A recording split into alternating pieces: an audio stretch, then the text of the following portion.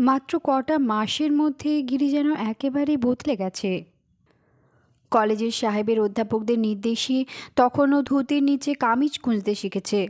ধুতি পরায় আপত্তি ছিল না টনি সাহেবের, শুধু চটে যেতেন ধুতির উপর শার্টের প্রান্তটুকু লটপট করতে দেখলে। বলতেন, শার্ট বা পাঞ্জাবি যা খুশি পরো, কিন্তু ধুতি পরবে তার উপর, ঠিক যেমনভাবে প্যান্ট পরতে হয়। গিরিজাও সেইভাবে কাপড় পরেছিল, কামিজের উপর কোট, পায়ে মোজা, নিউকাট জুতো, হাতে ব্যাগ নিয়ে ধুলোটো রাস্তা ধরে গ্রামে ফিরছিল গিরিজা। পুজোর ছুটিতে গ্রামে ফিরছে, মনের মধ্যে অদ্ভুত একটা উল্লাস। বাজ পড়া গাছটার তখন এমন চেহারা হয়নি। শাখা প্রশাখায়, পাতায় পাতায় সারা সাঁওতাল পল্লীটিকে ছাওয়ায় ঘিরে রেখেছে। ব্যাগটা নামিয়ে রেখে সাঁওতালদের পুকুরটায় মুখ হাত ধুয়ে নিল গিরিজা। তারপর ব্যাগটা আবার তুলে নিয়ে সবে আলপথ ধরে দু চার পা এগিয়েছে। পিছন থেকে গম্ভীর গলায় ডাক এলো, গিরিজা। গিরিজা ফিরে তাকালো, দেখলেন কালীমোহন আসছেন। কাঁধে পাট রাখা চাদর, কপালে সিঁদুরের তিলক, হাতে রূপোর সিংহাসনে রক্তব্রস্তে ঢাকা কি যেন। গিরিজা তাড়াতাড়ি এগিয়ে গেল, তারপর মাটি ছুঁয়ে প্রণাম করলে কালীমোহনকে। কালীমোহন বিড়বিড় করে কি যেন আশীর্বাদ করলেন, তারপর কঠিন স্বরে বললেন, তুমি শ্লেচ্ছ পোশাক পরলে গিরিজা। গিরিজা কোনো উত্তর দিল না, কিন্তু সারা শরীর তার শিউরে উঠল ব্রজমোহনের কথা মনে পড়তে। কালীমোহন ধীরে ধীরে কুশল প্রশ্ন করলেন, আর পরক্ষণেই যেন একটা আতঙ্ক অনুভব করল গিরিজা। কালীমোহনের কাছ থেকে যেন পালিয়ে যেতে পারলেই বাঁচে সে। ব্রজমোহনের সঙ্গে তার দেখা হবে কোনোদিনও ভাবেনি গিরিজা, দেখা করার চেষ্টাও করেনি, কিন্তু ঘটনা চক্ষে দেখা হয়ে গেছে। আর একটা আতঙ্কের রহস্যের ঘর খুলে দিয়েছে ব্রজমোহন তার চোখের সামনে। যে রহস্যের হদিশ পেয়ে সমস্ত শরীরে শিহরণ খেলে গিয়েছিল। মনে হয়েছিল ব্রজমোহনের সঙ্গে বুঝি দেখা না হলেই ভালো হতো। আলপথ ধরে আগে আগে চলেছেন কালীমোহন, পিছনে পেছনে গিরিজা। অনেকখানি পথ চুপচাপ এগিয়ে এসে হঠাৎ একসময় থেমে দাঁড়ালেন কালীমোহন। তারপর ধীরে ধীরে প্রশ্ন করলেন, ব্রজের সঙ্গে তোমার সাক্ষাৎ হয়েছিল গিরিজা? সমস্ত শরীর যেন কেঁপে উঠল গিরিজার। কোনো রকমে উত্তর দিল, না।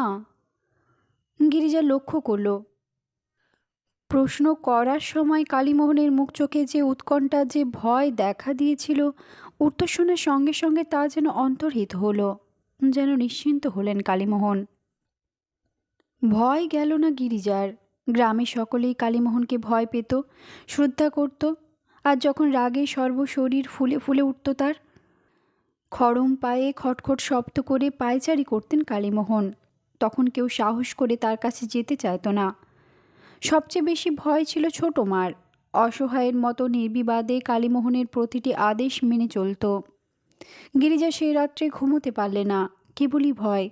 যদি কালীমোহন কোনো ক্রমে জানতে পারেন তার সঙ্গে ছোট ঠাকুরের দেখা হয়েছে, যদি জানতে পারেন গোপনে ছোটমার নামে চিঠি পাঠিয়েছে ব্রজমোহন। নিজের ব্যাগের মধ্যে লুকিয়ে রাখা চিঠিখানা বারবার দেখে গিরিজা স্পর্শ নেয়। ভয় হয়, যদি কারো হাতে পড়ে এই চিঠি।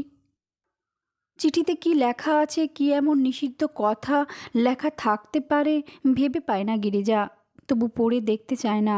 যে চিঠি বিশ্বাস করে তার হাতে তুলে দিয়েছে ব্রজমোহন, সে চিঠি খুলবে কি করে?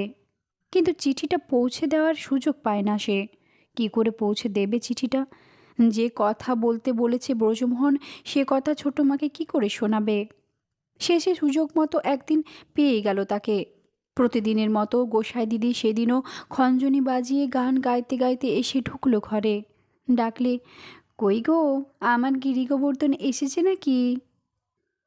হাসি হাসি মুখে সামনে এসে দাঁড়ালো গিরিজা। গোসাই দিদি জয় মাধব জয় রাধে বলে ঝনক ঝনক দুবার খঞ্জনি বাজিয়ে বললে, মথুরা থেকে এলেন গোপাল, বিন্দের জন্য কি এনেছেন গো? গিরিজা দেখলে গোসাই দিদির কথা শুনে মা হাসতে হাসতে ঘাটের দিকে চলে গেল। আর সঙ্গে সঙ্গে গোসাই দিদি ফিসফিস করে বললে, সই যে তোমার পথ চেয়ে বসে আছে গোপাল। গিরিজা বুঝতে না পেরে বিস্ময়ের চোখে তাকালো তার মুখের দিকে।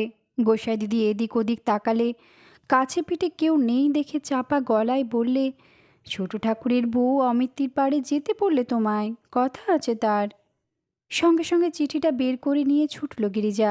ছুট ছুট একেবারে অমিত্তির পাড়ে এসে দাঁড়িয়ে রইল। অনেকক্ষণ পরে দেখলে খড়ি নদীর ধার বরাবর খঞ্জনি বাজিয়ে গান গাইতে গাইতে কুঞ্জের দিকে হেঁটে চলেছে গোসাই দিদি, বন তুলসী আর নয়নতারা ঝোপের ধারে ধারে। আর কিছুক্ষণ পরে কলসি নিয়ে ছোটো মাকে তরতর করে দ্রুত পায়ে এগিয়ে আসতে দেখলে। তাড়াতাড়ি এসে একটা গাছের আড়ালে দাঁড়ালো ছোটো মা, আর গিরিজা ছুটে গিয়ে তার হাতে চিঠিখানা দিল। চিঠিটা পড়ল ছোটো মা। পড়তে পড়তে টপ টপ করে কয়েক ফোঁটা জল গড়িয়ে পড়ল তার চোখ পেয়ে। তারপর হঠাৎ ঘাড় নেড়ে বলে উঠল, না না পেশাদ, তা হয় না বাবা, তা হয় না। গিরিজা স্তম্ভিত হয়ে চেয়ে রইল ছোটো মার মুখের দিকে। কত আশা নিয়ে, কত বিপদের ঝুঁকি নিয়ে তার এই চিঠি পৌঁছে দিতে রাজি হয়েছে সে। সে তো শুধু ছোটো মার বিষণ্ণ মুখে একটু হাসি ফোটানোর জন্যই, ছোটো মার ব্যর্থ জীবনকে নতুন করে ভরে তুলতে পারবে বলেই। আর ছোটো মা কিনা। ছোটো মা বলে উঠল, না পেশাদ, তুমি তাকে বুঝিয়ে বলো, তা হয় না। আমার জীবন তো নষ্ট হয়েছে, বড়ঠাকুরের সুনাম, বংশের সুনাম আমি নষ্ট হতে দেব না। লোকে হাসবে, অপমান করবে বড়ঠাকুরকে হয়তো। হঠাৎ রাগে ফেটে পড়ল গিরিজা। বললে, ছোটো ঠাকুর খ্রিস্টান হয়েছেন এ কথা তুমি বলনি কেন? কেন চেপে রেখেছিলে? চমকে উঠল ছোটো মা, মুখে আঙুল দিয়ে অনুনয় করলে, চুপ চুপ করো পেশাদ। রাগে ফেটে পড়ল গিরিজা। বললে, না চুপ করবো না আমি। বলো তুমি, কেন বারবার মিছে কথা বলেছ? কেন জানতে দাওনি তুমি খ্রিস্টানের বউ? গিরিজার রাগ থেকে সারা মুখ ফ্যাকাশে হয়ে গেল ছোটো মার। ধীরে ধীরে বললে, না না পেশাদ, এই কথা তুমি আর কাউকে জানতে দিও না বাবা। এই তুষের আগুনে আমাকেই শুধু জ্বলতে দাও। বড়ঠাকুরের সম্মান, বড়ঠাকুরের মেয়েদের বিয়ে, সবই যে আমাকে ভাবতে হয়েছে পেশাদ। আমার নিজের সুখের সঙ্গে যে আরও অনেকের জীবন জড়িয়ে আছে, অনেকের। দীর্ঘশ্বাস ফেললে গিরিজা সে কথা শুনে। বিস্ময়ের চোখেও শুধু তাকিয়ে রইল ছোটো মার মুখের দিকে। কি আশ্চর্য! নিজের সুখ স্বাচ্ছন্দ্য বিসর্জন দিয়ে নিজের জীবনটাকে আহুতি দিয়ে চলেছে ছোটো মা, শুধু সংসারের আর পাঁচজনের কথা ভেবে। ছোটো মা খানিক চুপ করে থেকে বললে, ও কেন নিজের ধর্ম ত্যাগ করে খ্রিস্টান হতে গেল পেশাদ? কেন কেন? গিরিজা ধীরে ধীরে বললে, ছোটো ঠাকুর তোমাকে নিয়ে যাবেন, জোর করে নিয়ে যাবেন ছোটো মা, শুধু তুমি রাজি হও। শিউরে উঠল ছোটো মা। বললে, না না, তুই তাকে নিষেধ করিস বাবা। আমার এই স্মৃতির সিঁদুরটুকুই অনেক সুখ পেশাদ, এটুকুও তুই মুছে দিতে চাস? গিরিজা চমকে উঠল সে কথা শুনে। বললে, কি বলছো ছোটো মা? হ্যাঁ বাবা, ও যদি এ গায়ে ফিরে আসে, যদি জোর করে নিয়ে যেতে চায় আমাকে, তাহলে তাহলে বড়ঠাকুর ওকে খুন করবেন? মাথা নিচু করে রইল ছোটো মা, কোনো উত্তর দিল না। গিরিজা দেখলে ছোটো মা অন্যদিকে মুখ ফিরিয়ে চোখে আঁচল দিয়েছে। অনেকক্ষণ পরে গিরিজা বললে, কিন্তু ব্রজকাকা যে তোমার সঙ্গে দেখা করবেই ছোটো মা। ব্রজকাকা যতদিন ভেবেছে তোমার কাছে ধর্মই বড়, ততদিন তোমার ওপর অভিমানে দূরে সরে থেকেছেন। কিন্তু সে ভুল যে তুমিই ভেঙে দিয়েছ। তোমার জন্যই যে খ্রিস্টান হয়েছিলেন তিনি, তোমার জন্যই। আমার জন্য? কি বলছিস প্রসাদ? বিস্ময়ে অবিশ্বাসে চোখ কপালে তোলে ছোটো মা। গিরিজা উত্তর দিল, হ্যাঁ ছোটো মা, তোমার জন্যই। বলে দীর্ঘশ্বাস ফেললে গিরিজা। তার চোখের সামনে সেদিনের দৃশ্যটা মনে পড়ে গেল, যেদিন ব্রজমোহনের সঙ্গে দেখা হয়েছিল। সরু গলির সেই মেষের ঘরে একান্তে বসে সব কথা খুলে বলেছিলেন ব্রজমোহন। বলেছিল, স্ত্রীর মর্যাদা রাখার জন্যই আমি ধর্মত্যাগ করেছিলাম গিরিজা। স্ত্রীর মর্যাদা। গিরিজার মনে পড়ে গিয়েছিল কালীমোহনের 3 বিবাহের কথা। 3 সপত্নীর পরিবার নিয়ে বাস করতেন কালীমোহন। সেকালে এর মধ্যে কেউ অন্যায় দেখত না, কোনো অসামাজিকতা ছিল না। সম্পত্তির লোভে তাই ব্রজমোহনেরও 2য় বিবাহের ব্যবস্থা করেছিলেন কালীমোহন। বিবাহের দিন পর্যন্ত ঠিক করে ফেলেছিলেন, কিন্তু ব্রজমোহন অসম্মতি জানালো। ব্রজমোহনের চিঠি পেয়ে সেদিন স্তম্ভিত হয়ে গিয়েছিলেন কালীমোহন। ক্রুদ্ধ হয়ে চিঠি লিখেছিলেন তাকে, জানিয়েছিলেন স্বেচ্ছায় রাজি না হলে তাকে জোর করে ফিরিয়ে নিয়ে আসবেন তিনি। কন্যাপক্ষের কাছে তার প্রতিশ্রুতির মর্যাদা তিনি রাখবেনই। কালীমোহনকে ভয় পেত ব্রজমোহন। পিতার স্নেহ দিয়ে অগ্রজ তাকে মানুষ করেছিলেন সত্য, কিন্তু তার শাসনকে, তার প্রতিজ্ঞাকে অমান্য করার সাহস ছিল না। জানতো জ্যেষ্ঠ কালীমোহনের ইচ্ছার বিরুদ্ধে দাঁড়াবার সাহস নেই কারো। পিতৃহীন ব্রজমোহন ভয় পেয়েছিল, তাই পরিত্রাণ পাবার জন্য ব্রজমোহন বলেছিল, তাই ধর্মান্তর গ্রহণ করলাম আমি গিরিজা। নব্য শিক্ষায় শিক্ষিত মানুষ আমি। দ্বিতীয় পত্নী গ্রহণের কথা আমি ভাবতেও পারিনি। কিন্তু সপ্রশ্ন চোখে তার মুখের দিকে তাকিয়েছে গিরিজা। আর ব্রজমোহন বলেছিল, অথচ তোমার ছোটো মার কাছে ধর্মই বড় হলো গিরিজা। ছোটো মা জানে সে কথা? প্রশ্ন করলে গিরিজা। দীর্ঘশ্বাস ফেললে ব্রজমোহন। বললে, না। একটু থেমে আবার বললে, না গিরিজা, কোনো দিন তাকে জানায়নি সে কথা। আমারও তো অভিমান আছে। গিরিজা, কেন ভুল বুঝলো সে? কেন জানতে চাইল না? তবু বারবার আমি তাকে নিয়ে আসতে চেয়েছি, ফিরে পেতে চেয়েছি তাকে। ব্রজমোহনের সেই কথাটাই ধীরে ধীরে বললে সে ছোটো মার কাছে। আর তা শুনে বিস্ফারিত চোখ মেলে গিরিজার মুখের দিকে তাকালো ছোটো মা। গিরিজা দুখানা হাত ধরে আবেগের কণ্ঠে প্রশ্ন করলে, সত্যি সত্যি বলছিস পেশাদ? সঙ্গে সঙ্গে ছোটো মার দুটি বিস্ফারিত চোখ বেয়ে ঝরঝর করে আনন্দের অশ্রু ঝরে পড়ল। তারপর ধীরে ধীরে বললে, কিন্তু পেশাদ, বংশের পরিবারের মান সম্মান তো আমি নিজের স্বার্থের খাতিরে ধুলায় লুটিয়ে দিতে পারবো না বাবা। না না, তা আমি পারবো না। প্রথম প্রথম তাই ব্রজমোহনের সঙ্গে সাক্ষাৎ করতেও রাজি হয়নি ছোটো মা। বারবার ছোটো মা চিঠি বয়ে নিয়ে গেছে গিরিজা। ব্রজমোহনের হাতে সে চিঠি পৌঁছে দিয়েছে, মিথ্যাস্ত্রকে ভুলিয়েছে তাকে। আর বারবার ব্রজমোহনের অনুনয় ভরা দৃষ্টি চিঠি এনে দিয়েছে ছোটো মার হাতে, গোপনে গোপনে। দেখতে দেখতে একটা বছর কেটে গেছে, কিন্তু সাহস বাড়েনি ছোটো মার। শুধু গিরিজার এনে দেওয়া চিঠিগুলো লুকিয়ে লুকিয়ে পড়েছে ছোটো মা, আর চোখে ঝড় পড়েছে। প্রশ্ন করলেই বলেছে, না না পেশাদ, তা হয় না। এত বছর দেখা সাক্ষাৎ নেই তার সঙ্গে, এ বেশ আছি, দেখা হলে জ্বালা বাড়বে বই কমবে না। তারপর কখনো কখনো একটু থেমে বলেছে, আমার সুখ আনন্দই তো সব নয়। এত বড় একটা গুরু বংশ, কত সম্মান সুখ্যাতি, সে বংশের গায়ে কলঙ্কের দাগ আমি দিতে পারবো না পেশাদ। কলঙ্ক? গিরিজা বিস্মিত হয়েছে। কলেজে পড়ে শহরের মানুষের সঙ্গে মিশে ওর মন তখন অনেকখানি মুক্ত হয়েছে, তাই বুঝতে পারেনি ও। ছোটো মার বিষণ্ণ হাসি এসে বলেছে, কলঙ্ক নয়, ভট্টাচ বাড়ির ছেলে খ্রিশ্চান হয়েছে, এ কথা শুনলে যে অপমানের শেষ থাকবে না পেশাদ। ভাসুরের মেয়েগুলোর বিয়ে হবে না। তুই কাউকে বলে ফেলিসনি তো পেশাদ? গিরিজা সান্ত্বনা দিয়েছে, না না, সে কথা কি বলতে পারি ছোটো মা? কিন্তু তুমি যদি ব্রজ কাকার কাছে চলে যাও তাহলে। ছোটো মা গম্ভীর হয়ে গেছে, চোখ ছলছল করে উঠেছে। কেউ যে বিশ্বাস করবে না রে, কত কি মন্দ কথা ভাববে, সেও যে বংশের দুর্নাম। তারপর তারপর হঠাৎ ফুঁফিয়ে কেঁদে উঠেছে ছোটো মা। বলেছে, না না, আমি সব ছাড়তে পারবো, আমি ধর্ম ছাড়তে পারবো না পেশাদ, ধর্ম ছাড়তে পারবো না। কি আশ্চর্য! সে কথা শুনে মনে মনে খুশি হয়েছে গিরিজা। ছোটো মার কথায় নিজেও যেন গৌরব বোধ করেছে। ধর্ম? গিরিজার মনে পড়ে প্রথম যেদিন ব্রজমোহন বলেছিল, আমি খ্রিশ্চান হয়েছি গিরিজা। সেদিন ভিতরে ভিতরে ব্রজমোহনকে কিছুতেই যেন পছন্দ করতে পারেনি সে। সেদিন একটা অন্ধ ক্রোধে যেন জ্বলে উঠেছিল সে ব্রজমোহনের বিরুদ্ধে।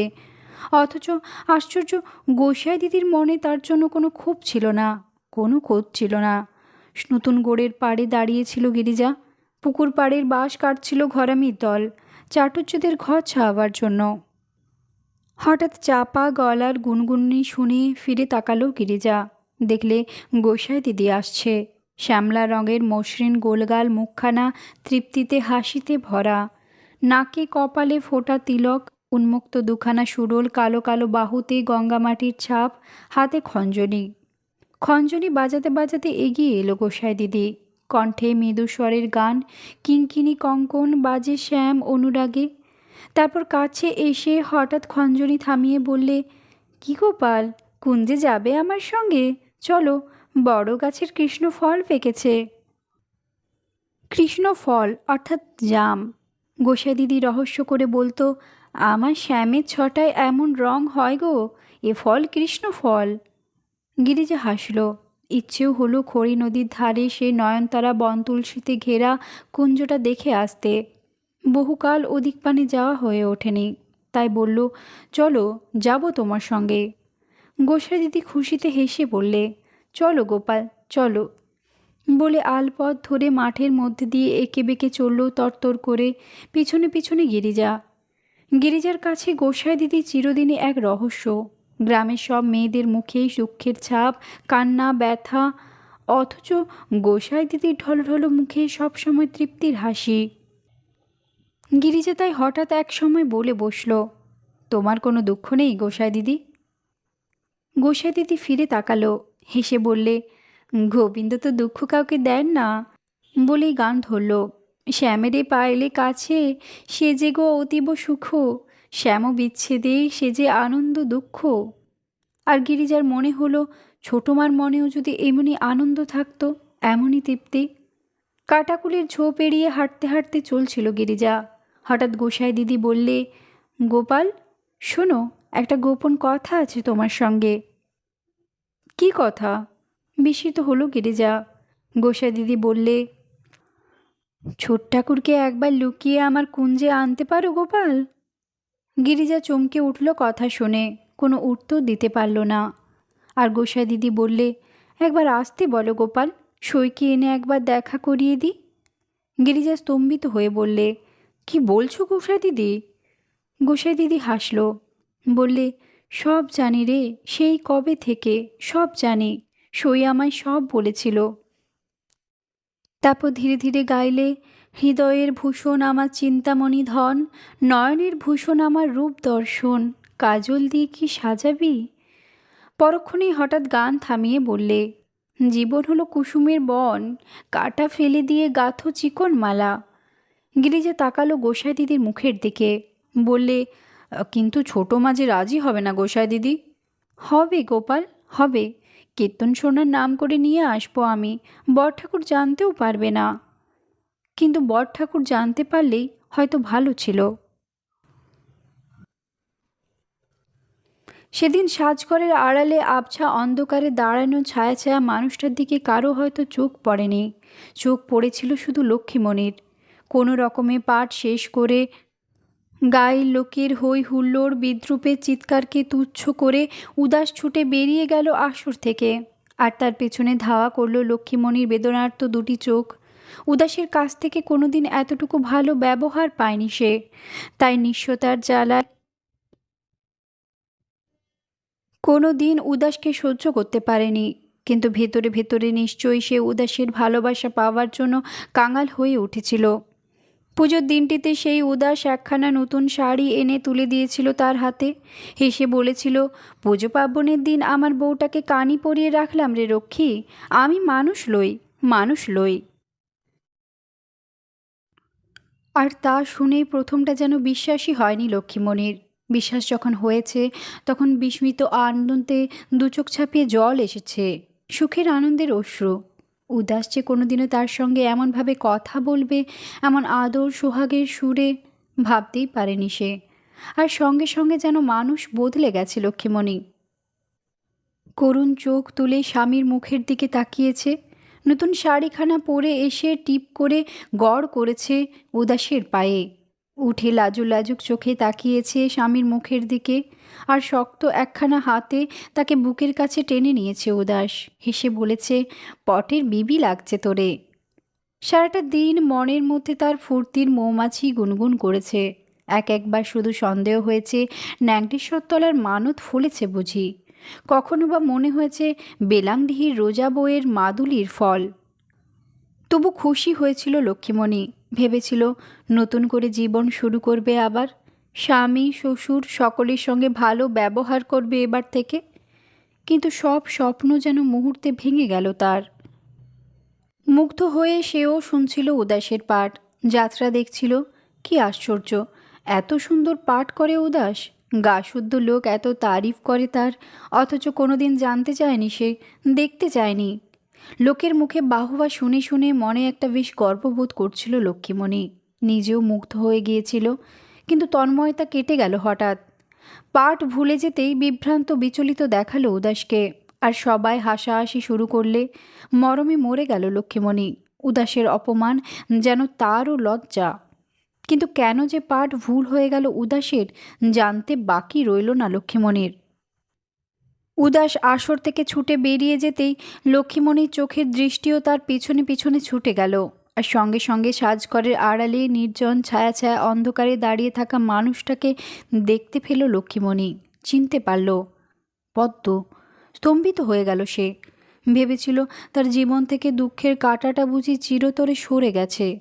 যায়নি। পরের দৃশ্যে আবার আসরে ফিরে এলো উদাস। ঘুরে ঘুরে আবার অভিনয় করতে শুরু করলে। ঘন ঘন হাততালি পড়ল। সবাই বললে এত ভালো অভিনয় কোনো দিন করেনি উদাস। কিন্তু উদাস লক্ষ্য করল না কখন চুপি চুপি আসর থেকে উঠে চলে গেছে লক্ষ্মীমণি। লক্ষ্মীমণির কথা তখন মুছে গেছে উদাসের মন থেকে। এতদিন পরে ফিরে পাওয়া সেই পুরনো নেশাটাই ও তখন আবার মেতে উঠেছে। পদ্ম ফিরে এসেছে, পদ্ম ফিরে এসেছে। সারা শরীরে একটা পুলকের শিহরণ খেলে যায়। পদ্মর হাত দুখানা দুমুঠোর মধ্যে তুলে নিয়ে অনুনয়ের কণ্ঠে উদাস বলেছিল, তুই থাকবি তো পদ্ম? পাঠ শেষ করে আসবো আবার, পালিয়ে যাবি না তো? তা শুনে পদ্ম হেসেছে। রহস্যের সুরে বলেছে, পালাবো কেন গো বোনাই? পালিয়ে থাকতে লারলাম বলেই তো ফিরে এলাম। তুমি যাও, আমি দাঁড়িয়ে আছি।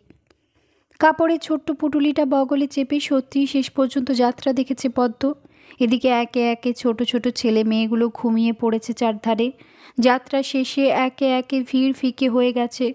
আর পদ্মর হাত ধরে শেষ রাত্রির হালকা অন্ধকারে খড়ি নদীর দিকে হেঁটে গেছে উদাস। শুকনো খড়ি নদীর মাঝ বরাবর ঝিকমিক করে সরু ফিতের মতো জলের ধারা। তারই পাশে বসেছে দুজনে। উদাস বলেছে, তুই ফিরে আসবি আমি কতবার স্বপন দেখেছি পদ্ম, কিন্তু এমনভাবে আসবি। হেসে উঠেছে পদ্ম খিলখিল করে। বলেছে, পালা নামাবে তুমি? লটের বেশ পড়বে, আমি না এসে পারি গো বোনাই। বলে কাপড়ের পুটুলি খুলে গলায় কালো সুতোর ফাঁসাটা তেলের শিশিটা বের করে বলেছে, এসো রং গোলান তুলে দি তোমার মুখ থেকে। হেসে মুখ বাড়িয়ে দিয়েছে উদাস। প্রশ্ন করেছে, মনে আছে তোর পদ্ম? মনে থাকবারই তো কথা।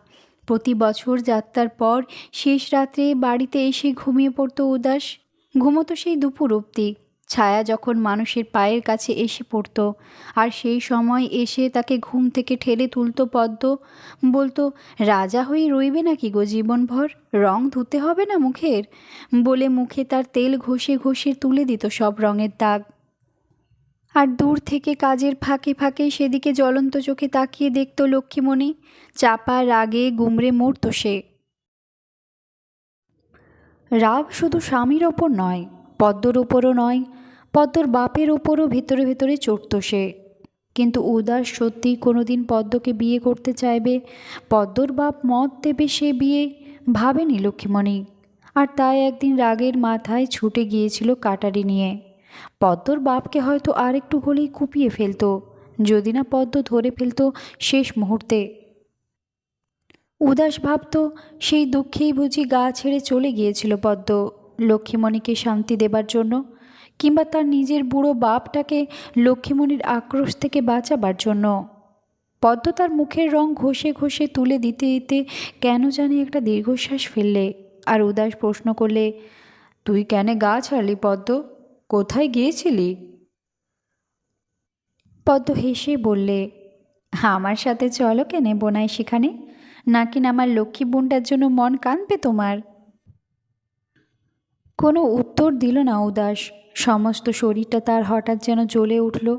পদ্মর মুখে এই একটা রসিকতা বহুবার শুনেছে সে, শুনে ভিতরে ভিতরে জ্বলে উঠেছে। কেন পদ্ম বুঝতে পারে না, বুঝতে চায় না যে লক্ষ্মীমণির জন্য তার মনে কোনো টান নেই, ভালোবাসা নেই। কিন্তু পদ্ম অতশত বোঝবার চেষ্টা করল না। হাসি থামিয়ে হঠাৎ থমথমে মুখে ও প্রশ্ন করলে, ডাক্তার মানুষটা ভালো আছেন গো বোনাই? খবরটা শুনেই লাঠি ঠুকঠুক করে ডাক্তারের বাড়িতে এসে হাজির হলো বুড়ি অট্টামা। পুজোর মধ্যে এক পশলা বৃষ্টি হয়ে গেছে, আর তারপর থেকেই শিশিরে শীত পড়েছে। রোদের রং গেছে বদলে, বাতাসে ঠান্ডা আমেজ। অবিনাশ ডাক্তার তাই ভোরবেলায় মিঠে রোদ পিঠে দিয়ে বারান্দায় টিনের চেয়ারটায় বসে বসে দাড়ি কামাচ্ছিল। গালে সাবান লাগাতে লাগাতে মুখ তুলতেই দেখলে লাঠির ডগায় রোগা শীর্ণ দেহটার উপর ভর দিয়ে ঠুকঠুক করে এগিয়ে আসছে অট্টামা। এমন প্রায়ই আসে অট্টামা, কখনো দুটি নিম গাছের খেড়ো দিতে, কখনো শুধু দুদণ্ড বসে গল্প করতে। বুড়ো মানুষ, বাতে ভালো ঘুম হয় না, আধার না কাটতেই উঠে পড়তে হয় বিছানা ছেড়ে। কখনো কৌশল্যাকে ডাকে, কখনো বা ভোর হতে এরোর বাড়িতে পৌঁছিতে গিয়ে বসে লাঠিটা নামিয়ে রাখে। কিন্তু গিয়ে বসলে কি হবে? সকালে উঠে সকলেরই হাজারো কাজ। ব্যস্ত বা বিরক্ত মানুষগুলো দেখেও দেখে না অট্টামাকে, ভালো করে দুটো কথাও বলে না। তাই শরীর একটু ভালো থাকলেই ডাক্তারের কাছে চলে আসে সে। সেদিনও লাঠি ঠুকঠুক করে ডাক্তারের বাড়ির দিকেও এগিয়ে এলো অট্টামা। পাড়া ছেড়ে গায়ের এক প্রান্তে ডাক্তারের বাড়ি, এতখানি হেঁটে আসতেও কষ্ট হয়, তবু কি এক নেশার আকর্ষণ যেন, না এসে থাকতে পারে না। অবিনাশ ডাক্তার অনেকক্ষণ থেকেই দেখতে পাচ্ছিল অট্টামাকে। বারান্দার ঠান্ডা রোদে পিঠ দিয়ে বসে গালে সাবানের ব্রাশ বোলাতে বোলাতে একবার সামনের দিকে তাকালে অবিনাশ ডাক্তার। হাড় ঝিরঝিরে চেহারা নিয়ে অট্টামাকে তিরিং তিরিং করে প্রায় লাফাতে লাফাতে আসতে দেখে নিজের মনেই হাসল সে। অট্টামা অবশ্য দূর থেকে স্পষ্ট দেখতে পায়নি, বয়সের সঙ্গে সঙ্গে চোখে ছানি পড়েছে। বেশি দূর থেকে লোক চিনতে পারে না একেবারে। সাদা কাপড়টা শুধু ফটফট করে, মানুষ কেউ একটা, শুধু এইটুকুই বুঝতে পারে। লাঠিতে ভর দিয়ে ঠুকঠুক করে কাছে এসে তাই হাঁক ছাড়লে অট্টামা। কই গো ছেলে, আছো নাকি নে? ডাক্তার হেসে বললে, এই তো বসে রয়েছি। চোখে আর ভালো দেখতে পাচ্ছেন না নাকি অট্টামা? না বাবা, দূর থেকে মনে হচ্ছিল বটে, সাদা মতন কি যেন ফটফট করছে। দৃষ্টি তা বাপু একটু ক্ষীণ হয়েছে। বলে ধীরে ধীরে বারান্দায় বসলে অট্টামা, লাঠিটা কোলের ওপর তুলে নিয়ে। তারপর ডাক্তারের দিকে তাকাতেই স্পষ্ট দেখতে পেল। নিজের মনে হেসে বললে, রোদের ছটা লেগে দেখতে পায় নাই, বুঝলে ডাক্তার, দৃষ্টি আমার এ বয়সও যা আছে। অবিনাশ ডাক্তার সায় দিয়ে বললে, তা ঠিক, শরীরটা বেশ ভালো আছে তো আপনার? শরীর? মুখ বেজার করলে অট্টামা। বললে, ওই বাতের ব্যথাটা বাবা সারবে না। বলে ডান পাটা সামনে মেলে দিয়েই নিজের হাঁটুটা টিপতে শুরু করলে। তারপর হঠাৎ বুঝতে পারল ডাক্তার দাড়ি কামাচ্ছে।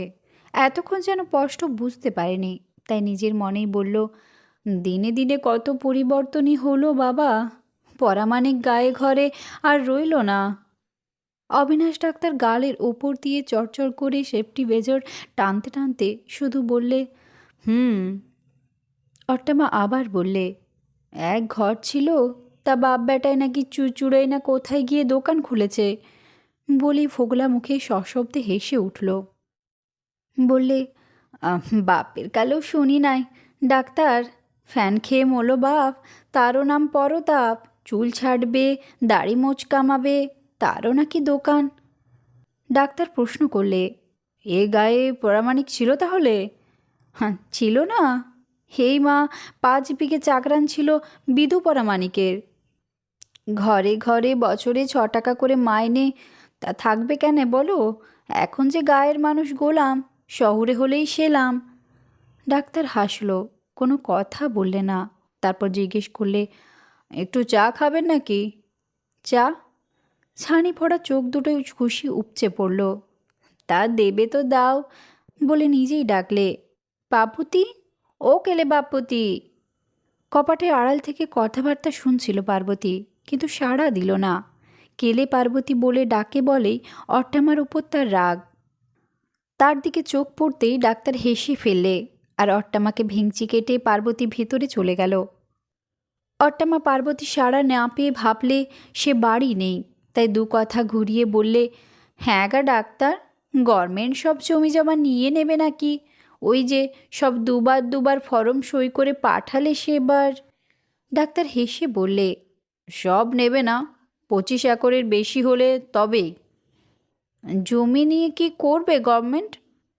কি আর করবে, যাদের জমি জমা নেই তাদের 5-7 বিঘে করে দেবে হয়তো। অট্টামার ফোগলা মুখখানা এবার হেসে উঠল, বললে, হায় কপাল, 5 বিঘে জমিতে দুঃখ খুঁজবে? তাহলে বিধু পরামানিক বউ বেটা নিয়ে চুচুড়োয় গিয়ে দোকান খুলতো ডাক্তার। আর ওদেরও বলি, দ্বিতীয়ার চাঁদ দেখে তেঁতুর রইল গাছে বেঁকে, ভাবলে দোকান খুললেই অবনী চাটুর্যের মতো ধনী হবে। বলে একটা মাটির ঢেলা কুড়িয়ে নিয়ে সিমেন্টের ওপর বাঘবন্দির ঘর কাটলে অট্টামা। তারপর হঠাৎ বললে, তা দেশের লোকে জমি জমা নিচ্ছে নিক, শহর বাজারের লোকেদের নেবে তা কেনে? অবিনাশ ডাক্তারের ততক্ষণে দাড়ি কামানো হয়ে গেছে। ভিজে গামছায় মুখের সাবান মুছতে মুছতে প্রশ্ন করলে, শহরে আবার চাষের জমি কোথায়? না গো না ডাক্তার, তা নয়। ওই যে বলগার কোঙারদের 5খানা বাড়ি আছে বর্ধমানে, অবনী চাটুর্যের রাজপ্রাসাদ আছে কলকাতায়। কাজী বলে, আমি সবাইকে সমান দেখি, রাজার হলেও কাড়ব ঢেকি। বলে ঢেকি নেই রাজার ঘরে, তাই কেড়ে নিই না, সেই বৃত্তান্ত। বলে ফোকলা মুখে মাড়ি বের করে হাসলে। আরও কি যেন বলতে যাচ্ছিল অট্টামা। পার্বতী এসে তার আগেই অট্টামার সামনে ঠকাস করে 1 কাপ চা নামিয়ে দিয়ে চলে গেল। অট্টামা তার দিকে দাঁড়ালে কপট ক্রোধের ভঙ্গিতে, তারপর হাসি চেপে বললে, অত দেমাগ ভালো লয় লো, ভালো লয়। ওহ, ছুরি যেন মরাই তলায় মনীষকে ভাত দিচ্ছে। নাক নেই বেটির, নথের শখ, ফেলনা বেটির কত ধমক। বলেই চায়ের কাপে চুমুক দিল অট্টামা। বিড়বিড় করে বললে, একেবারে জুড়িয়ে এনেছে ছুরি। তারপর একটু থেমে ফিসফিস করে বলল, হ্যাঁ গা ডাক্তার, তোমাদের ওই বিডি অফিসের পেভাকর নাকি নাম, আজকাল ওসব স্মরণে থাকে না বাপু। তার বিয়ের কিছু শুনছো নাকি? ডাক্তার এতক্ষণে যেন উৎসাহ পেল, বললে, আপনারা সব ধরে বেঁধে দিয়ে দিন, তা নইলে হবে কি করে? অট্টামা একমুখ হেসে বললে, ও ছেলে কি নুকিয়ে বিয়ে করবে নাকি ডাক্তার? ও ভারী ভালো ছেলে, সৎ পুত্র বাপের। মনপুরের বউ বলছিল, পেভাকর নাকি বলেছে বাপ যেখানে বলবে সেখানেই করবে বিয়ে। ডাক্তার বিস্মিত হয়ে পড়লে, তাই নাকি? এ বাজারে তাহলে খুব প্রীতিভক্ত ছেলে বলতে হবে। হ্যাঁ বাবা, পিতৃভক্ত বটে। তারপরে হেসে বললে, গোকুলে নেই সুবল সখা, কেঁদে মল শূর্পনখা, সেই বৃত্তান্ত। মেয়ের বাপরা যদি না ভাবে তো আমার চিন্তা কেনে? চায়ে চুমুক দিতে দিতে গল্পগুজবে মেতে উঠল অট্টামা। একসময় হঠাৎ খেয়াল হলো বেলা বেড়েছে, রোদ কাঁপছে মাঠের উপর, তাকানো যায় না চোখ মেলে। বললে, কি চনমনে রোদ হচ্ছে বাবা, উঠি আজ, আবার এতখানি পথ যেতে হবে। ধীরে ধীরে উঠে দাঁড়ালো অট্টামা। তারপর লাঠিটায় ভর দিয়ে দাঁড়িয়ে মুখ বাড়িয়ে ফিসফিস করে বললে, হ্যাঁ গা ডাক্তার, পদ্ম ফিরে এসে শুনলাম। পদ্ম? বিস্ময়ের স্বরে প্রশ্ন করলে অবিনাশ ডাক্তার। অট্টামা বললে, হ্যাঁ গো হ্যাঁ, পদ্ম ফিরেছে, আমি যে শুনলাম। পাঁচিল তুলে ভদ্রাসন ভাগাভাগি হয়ে গিয়েছিল, কিন্তু জমি পুকুর তখনও ভাগ হয়নি। আঘাতটা তখনও গিরিজাপ্রসাদের বুকের ভেতর অসহ্য যন্ত্রণায় মাঝে মাঝে গুমড়ে উঠেছে। অবদ্ধ একটা নিঃস্বতা যেন। সারা জীবন ধরে কত কি স্বপ্ন দেখেছেন গিরিজাপ্রসাদ, সারা জীবন সব দুঃখ কষ্ট সহ্য করেছেন, মুখ বুজে কাজ করে গেছেন সকাল সন্ধে। কিন্তু সব কিছুর ফাঁকে ফাঁকে একটিমাত্র স্বপ্ন ছিল, বনপলাশিতে ফিরে আসবেন, সুখে শান্তিতে কাটাবেন শেষ জীবনটা। বনপলাশির সেই শৈশবের স্মৃতিতে ঘেরা মধুর জীবনটুকুই আবার ফিরে পাবেন। অভাব আর দৈন্যকেও ভয় পাননি গিরিজাপ্রসাদ। কিন্তু গিরিন যে তার হৃদয়কে নিঃস্ব করে দেবে, কোনোদিন এই আশঙ্কা তো তিনি করেননি। গিরিজাপ্রসাদের মনে পড়ে, একবার দাঁতের ব্যথায় অসহ্য যন্ত্রণায় মাড়িতে শিফটিফিন খুঁচিয়ে খুঁচিয়ে বিষিয়ে তুলেছিলেন তিনি। ইচ্ছে হয়েছিল ছুরি দিয়ে খেটে খানিকটা রক্ত বের করে দিতে। আসলে সেটা ছিল অসহ্য যন্ত্রণার বিরুদ্ধে একটা বোবা আক্রোশ। এই পারিবারিক কলহ যেন সেই দাঁতের ব্যথার মতোই, একটু একটু করে দিনে দিনে কখন যেন চাপা যন্ত্রণা অসহ্য হয়ে উঠেছিল, বুঝতে পারেননি। এই দৈনন্দিন জ্বালা থেকে পরিত্রাণ পাবার আশাতেই, নাকি এই জ্বালা যন্ত্রণার বিরুদ্ধে একটা অন্ধ আক্রোশে মাঝে মাঝেই তার মনে হয়েছে দুবাড়ির মাঝখানে, দুটি পরিবারের মাঝখানে একটা পাঁচিল তুলে দিতে পারলেই বুঝি শান্তি ফিরবে। কোদালের কোপটা মাটির বুকে নয়, গিরিজাপ্রসাদের বুকের মাঝেই পড়বে কে জানতো। যন্ত্রের মতো হয়তোবা আক্রোশের বশেই একটার পর একটা হুকুম দিয়ে গেছেন গিরিজাপ্রসাদ। স্ত্রীকে বলেছেন হাড়ি আলাদা করতে, ছেলে মেয়েদের বাধা দিয়েছেন ও বাড়ির সঙ্গে মেলামেশা করতে, জোতে কোটালকে ডেকে পাঁচিল তুলে দিতে বলেছেন। আর দিনে দিনে ফাটল বেড়েছে, ঠিক ওই শুকর বছরের মাঠের মতো, নিষ্করুণ আকাশ আর রৌদ্রদগ্ধ মাঠের মতোই ভেতরে ভেতরে তার সারা বুক খা খা করে উঠেছে। অথচ তখন আর উপায় নেই ফিরে যাবার। নেশার ঘোরেই যেন বিচ্ছেদকে বাড়িয়ে তুলেছেন দিনে দিনে। কিন্তু তারপর যা ঘটে গেছে, ঘটে গেল, তার দিকে পিছন ফিরে তাকিয়ে যেন হাউ হাউ করে কেঁদে উঠতে ইচ্ছে হয়েছে। কাঁদতে পারেননি বলেই জ্বালা বেড়েছে। সব সময়ই তাই অন্যমনস্ক হয়ে বসে থাকেন গিরিজাপ্রসাদ। কিন্তু অন্যমনস্ক কি হতে পারেন না। ঘুরে ঘুরে কেবলই তুচ্ছ এক একটা ঘটনা মনে পড়ে যায়। মোহনপুরের বউ কবে কি বলেছে নিভাননীকে, গিরিন বলেছে তাকে, কিংবা গিরিনের ছেলে মেয়েদের ব্যবহার, কে কখন তাকে এড়িয়ে গেছে কিংবা ভালো করে কথা বলেনি। প্রত্যেকটি তুচ্ছ ঘটনায় যেন ছুঁচের মতো এসে বুকে বিঁধে থাকে, ক্রোধে অধীর করে তোলে তাকে। বংশী মাঝে মাঝে আসে, সান্ত্বনা দিয়ে বলে, ভালোই হলো গো গিরিদাদা, পেথক হয়েছ, এ তোমার অনেক শান্তি। বুড়ি অট্টামা লাঠি ঠুকঠুক করে এসে বলে, মন খারাপ করিস নে পেশাদ, দিনকালের যা নিয়ম তাই হয়েছে, কার না হচ্ছে এমনটা। কিন্তু গিরিজাপ্রসাদ এইসবের মধ্যে কোনো সান্ত্বনাই খুঁজে পান না। বংশীর সঙ্গে কিংবা অবিনাশ ডাক্তার যেদিন আসে, সেদিনও গল্পগুজব করতে ভালো লাগে না গিরিজাপ্রসাদের। নিজের মনেই তাই ঘরে বসে টুকিটাকি কাজ করেন, সুসুতো দিয়ে ওটা সেলাই করেন। সেদিনও পুরো ছেঁড়া একটানা শাল রিপু করার চেষ্টা করছিলেন গিরিজাপ্রসাদ। হঠাৎ গিরিন এলো, এসে দাঁড়ালো সামনে, কোনো কথা বললে না। গিরিজাপ্রসাদের সেরা শালে রিপুর ফোড় দিতে দিতে একবার চোখ তুলে তাকালেন তার দিকে, চোখ নামিয়ে নিলেন। গিরিন খানিক চুপ করে দাঁড়িয়ে থেকে পায়ের নখে মাটি খুঁড়তে খুঁড়তে বললে, বলছিলাম কি, এবার জমি জমাগুলো ভাগ করে নাও। চোখ তুলে তাকালেন গিরিজাপ্রসাদ, ধীরে ধীরে বললেন, আচ্ছা। একটু চুপ করে থেকে আবার বললেন, অবনী তো চলে গেল, মধ্যস্থ করতে হবে তো একজনকে। গিরিন বাধা দিল, মধ্যস্থ কি হবে, তা তুমি যদি চাও। গিরিজাপ্রসাদ কোনো কথা বললেন না। একটু অপেক্ষা করে গিরিন বললে, তাহলে একদিন বসে। এবারও কোনো সাড়া দিলেন না গিরিজাপ্রসাদ।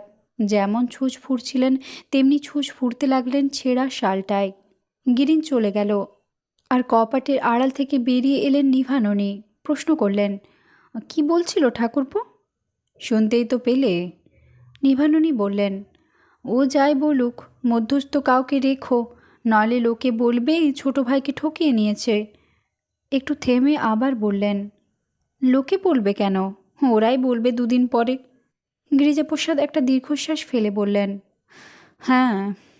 গিরিন সবে এলো বটে, কিন্তু তার বুকের ওপর তখনও যেন একটা ভারী পাথর চেপে বসে আছে। দাদার মুখের দিকে তাকাতে সত্যি কষ্ট হয়। এমন যে হবে, এমন যে হতে পারে, সেও কি ভেবেছিল? কোত্থেকে কি যে হয়ে গেল। ফিরে এসে গিরিন ডাকলে, টিয়া। টিয়া সাড়া দিল না। ধীরে ধীরে এসে দাঁড়ালো বাপের কাছে। যেদিন রাতে বাবা আর মাকে তার বিয়ের কথা বলতে শুনে থেকেই রাতারাতি তার শরীরে মনে যেন অদ্ভুত একটা পরিবর্তন এসেছে। আগের মতো আজ ছোটাছুটি করতে পারে না, জোরে জোরে কথা বলতেও কেমন সংকোচ। সমস্ত শরীর ঘিরে একটা কমনীয় জড়তার জালে যেন সে বাঁধা পড়ে গেছে, যেন কেউ অলক্ষ্যে থেকে তার প্রতিটি পদক্ষেপ, প্রতিটি আচরণ লক্ষ্য করছে। অন্ধকার নির্জন রাতে যেমন নিজের পায়ের শব্দটাকেই মনে হয় কেউ অনুসরণ করছে, এও যেন অনেকটা তাই। অদ্ভুত একটা লজ্জা সংকোচ যেন পিছু নিয়েছে। গিরিনও এই পরিবর্তনটুকু লক্ষ্য করেছে, লক্ষ্য করে খুশি হয়েছে মনে মনে। টিয়ার সামনে এসে দাঁড়াতেই তার মুখের দিকে তাকালে গিরিন। তারপর ফিসফিস করে বললে, টিয়া, দেখ তো জ্যাঠা বসে বসে কি সেলাই করছে, জানা গিয়ে তুই করে দিলেও তো পারিস। বিস্ময়ে চোখ তুলে তাকালো বাপের দিকে টিয়া। সঙ্গে সঙ্গে গিরির মুখ ফিরিয়ে অন্যদিকে তাকালে নিজের মেয়ের সঙ্গে চোখাচোখি হওয়াতেও যেন লজ্জা। টিয়ার চোখ ধীরে ধীরে একটা খুশির স্নিগ্ধ চাপা হাসি উকি দিয়েই নিভে গেল। জড়তার ধীর পদক্ষেপে পাঁচিলের ওপারে জ্যাঠাদের দক্ষিণ দুয়ারি ঘরখানার দিকে চলে গেল টিয়া। আর গিরিনের মুখেও তৃপ্তির আনন্দ ছড়িয়ে পড়ল। কিন্তু ঠিক সেই মুহূর্তেই লাল পাড় শাড়ির আঁচলে হলুদের হাত মুছতে মুছতে মোহনপুরের বউ এসে দাঁড়ালো। প্রশ্ন করলে, বলেছ? হ্যাঁ, ব্যবস্থা করতে বলল। দীর্ঘশ্বাস ফেললে গিরিন, যেন বুকের ভেতর একটা মোচড় দিয়ে উঠল। মোহনপুরের বউ বললে, তাহলে আর দেরি করো না। না, দেরি করলে চলবেই বা কী করে? প্রভাকরের সঙ্গে যে মেয়ের বিয়ে দিতে পারবে এতখানি আশা অবশ্য করে না মোহনপুরের বউ। কিন্তু চেষ্টা তো করতে হবে। তাই পণের টাকার ব্যবস্থাটা মোটামুটি করে রাখতে হবে। ওদিকে সব গয়নাগাটি বন্ধক দিয়ে টাকা নিতে হয়েছে আজকের মেশিনটা কেনবার জন্য, সেগুলোও ফিরিয়ে আনতে হবে। সুতরাং জমি জমা কিছু বেচতেই হবে। সেই জন্যেই তাড়াতাড়ি পৃথক হওয়া প্রয়োজন। 30 একর তো মাত্র জমি, তার 25 একর রেখে বাকি 5 একর গভর্নমেন্টকে দিয়ে দিতে বাধ্য হয়েছে গিরিন অনেক দিন আগেই। ভেবেছিল গভর্নমেন্ট এত ঢাক পিটিয়ে যখন বলছে জমির জন্য ক্ষতিপূরণ দেবে, তখন নিশ্চয়ই টাকাটা তাড়াতাড়ি পেয়ে যাবে। কিন্তু বছরের পর বছর কেটে গেছে, টাকা তো দূরের কথা, কোনো খোঁজখবরও মেলেনি। মোহনপুরের বউ বললে, কোন জমি বেচবে তাও তো ভাবতে হবে। গিরিন দীর্ঘশ্বাস ফেললে। হ্যাঁ, একটু থেমে বললে, চাটুজ্যেদের অবনীর মতো করলেই হতো তখন। কটা টাকা ঘুষ দিয়ে পুরনো তারিখে বেনামি করে রাখলে এত ঝঞ্ঝাট হতো না। তা ঠিক, যে 5 একর ছেড়ে দিতে চেয়েছো সে তো আর বেচতে পারবে না। না, যে জমিগুলো রাখবো বলছি তা থেকেই বেচতে হবে। তাহলে 25 একরও থাকবে না যে? ছেলে মেয়েগুলোর জন্য যেটুকু থাকবে ওরা খাবে কি? কেন, হাস্কিন মেশিন একদিন রীতিমতো ধানকল হয়ে যাবে, দেখো। মোহনপুরের বউ বিদ্রুপের হাসি হাসলে। তবেই হয়েছে, ঘুষটুস দিয়ে এখন নয় লাইসেন্স বের করেছ, 2 বছর বাদে লাইসেন্স যদি কেড়ে নেয়, তখন কেউ অন্য বেশি ঘুষ দিলেই তো কেড়ে নেবে। গিরিন বিষণ্ণ হাসি আসলো। তখন চাকরি করবে। কি দেবে চাকরি ওদের? একটা স্কুল নেই যে পড়ে পাশ করবে। চোখ দুটো হঠাৎ যেন জ্বালা করে উঠল মোহনপুরের বউয়ের। রাগে জ্বলে উঠল সারা শরীর। বললে, নুড়ো ঘষে দাও আমার গভর্নমেন্টের মুখে। বন্ধুরা, গল্প পাঠ ভালো লাগলে আমার চ্যানেলটি সাবস্ক্রাইব করবেন।